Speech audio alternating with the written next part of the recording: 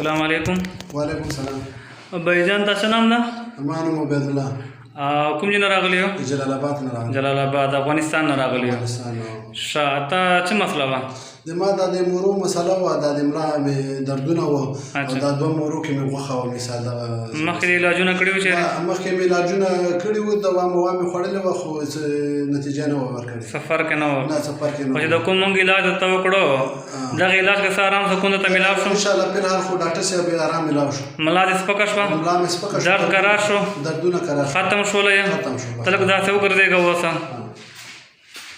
بدن دې سپک شوله یې؟ بدن مې سپک شو. داسې بیا لاړ شه. ښه دغه علاج نه مطمئن یې؟ انشاءالله صحیح شوه. الله مو خوشحاله الله دې مخکې نوره شفا درکړي.